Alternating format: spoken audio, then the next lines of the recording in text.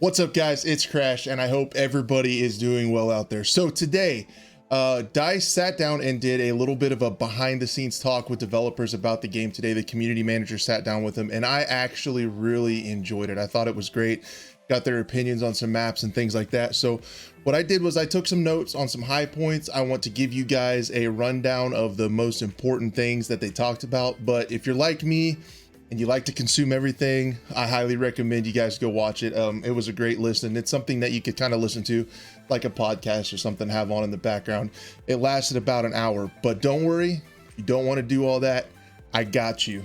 I got you. We got all the stuff that they talked about, some little tidbits and hints that they dropped. Nothing too crazy, but they definitely clarified some stuff that I think you guys will find interesting. So I'm just going to start at the top of my list, work through this stuff for you guys, and see if we can get through this as efficiently as possible. So they started out talking about development, which I thought was interesting, started 3 years ago.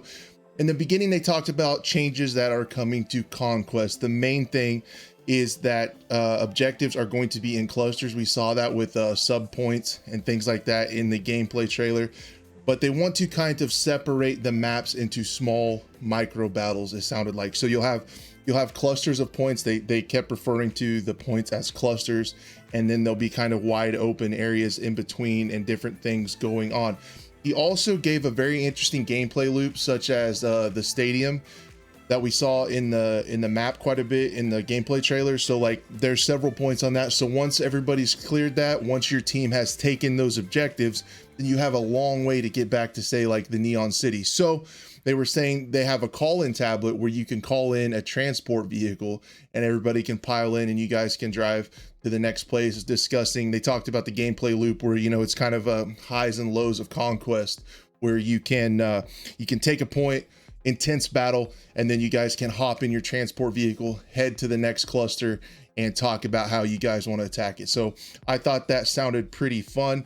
Then he talked about tornadoes again, things like that. He gave an interesting story where he was on the orbital map. That's the one with the rocket. He was running across. There was a sniper that was about ready to get him, and a vehicle in a tornado actually came in and wiped out the sniper while they were doing play testing, which sounds pretty awesome. I don't want to die to random tornadoes all the time. I think that could get pretty frustrating. I'm sure DICE knows that. This is probably some once in a while, only in Battlefield moment stuff that could be pretty entertaining. So I wouldn't get too upset about that yet. Although dying to a random flying vehicle would be a little bit frustrating. He also mentioned that under that map, he gave us a little insight that there is a massive tunnel underneath that map that I thought was really cool. And then they talked a little bit about Breakthrough. Breakthrough is also going to be 128 players, but they used the size of the maps, which they also talked about. They used the size of the maps to say that it's going to be wider. They tried to widen it out so it's not just, you know, small death tunnels and big giant disasters. There's more flank routes. There's a little more tactics to Breakthrough, which I thought was really cool. They talked about a little bit about the size of the map, that some of them are 5.5 kilometers long, which is very, very large.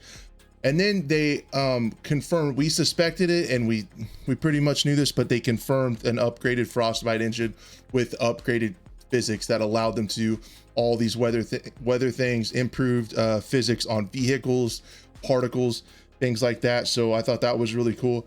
And then they mentioned there are a lot of interactive things on the map, right? So they mentioned bridges, gates you can close. You can take clusters of points on a bridge, see that there's armor coming your way, and you can actually raise the bridge to keep the tanks from crossing over into your area. They gave that example, lots of stuff like that.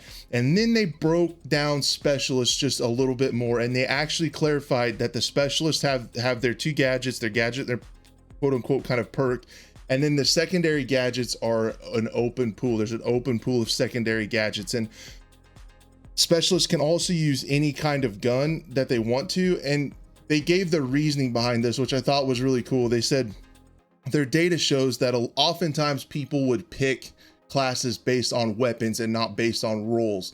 And they want to switch away from that. They want people to pick the classes that they want to play based on the roles and how they fit into the team, into the squad mechanic, rather than having to pick a class because they want to play with a certain gun. So that'll be very interesting.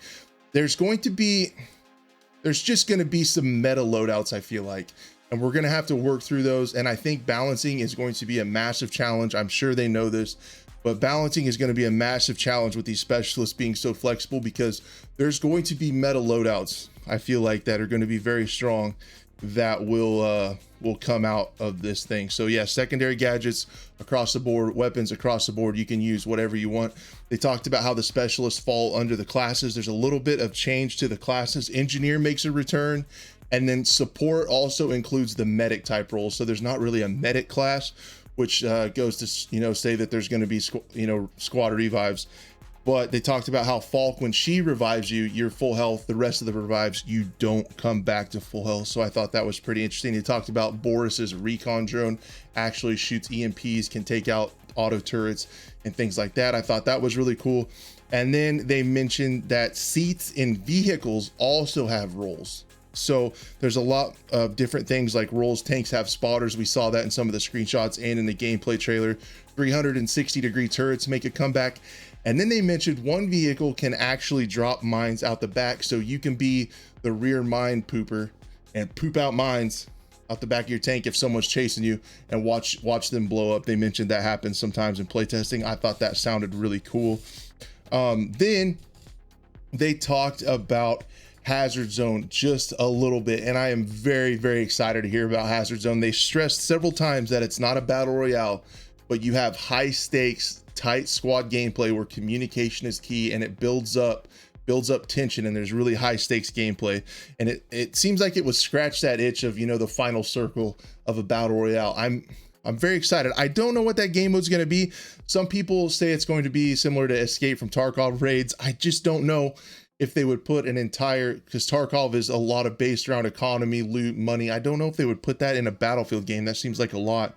So we will have to see as things come out about Hazard Zone. We'll definitely keep you posted on that. I'm excited to see what that is. And then they mentioned the live service. The maps are going to be free. Weapons and everything, game-changing vehicles are all going to be on the free tier. That was great news. We've heard that before, but they just confirmed that again. Then they're trying to tell, instead of having a campaign, they mentioned that they're trying to tell the story through the live service. The seasons are going to tell a story and everything like that. So they're shifting away from a campaign, but there's going to be themes and things to the seasons that are going to kind of tell us, you know, what's going on, how we got here in the world, and what we're fighting for. They mentioned that they want to put some stake and some context around the multiplayer. I thought that was really cool. And then they also mentioned that third redacted game mode that I suspect might be a Battlefield hub where we can play a lot of old Battlefields, but DICE LA is working on that, and they said that's going to be talked about more at EA Play also. So July 22nd is definitely a date you want to remember. That's when the next big info drop will be happening. But they also mentioned that possibly these sort of Battlefield briefings might also be sprinkled in, and definitely stay tuned to this channel. I will keep you guys updated. I try to give you the information as efficiently as possible because I know we are all busy people, and that is basically the high points of what I gathered, guys. Again, I'll put the link to the whole thing if you want to watch it. There was some really cool insight there. I really enjoyed it, and yeah, so that's pretty much all I had today. Thank you guys so much for watching, and we'll see you on the next one.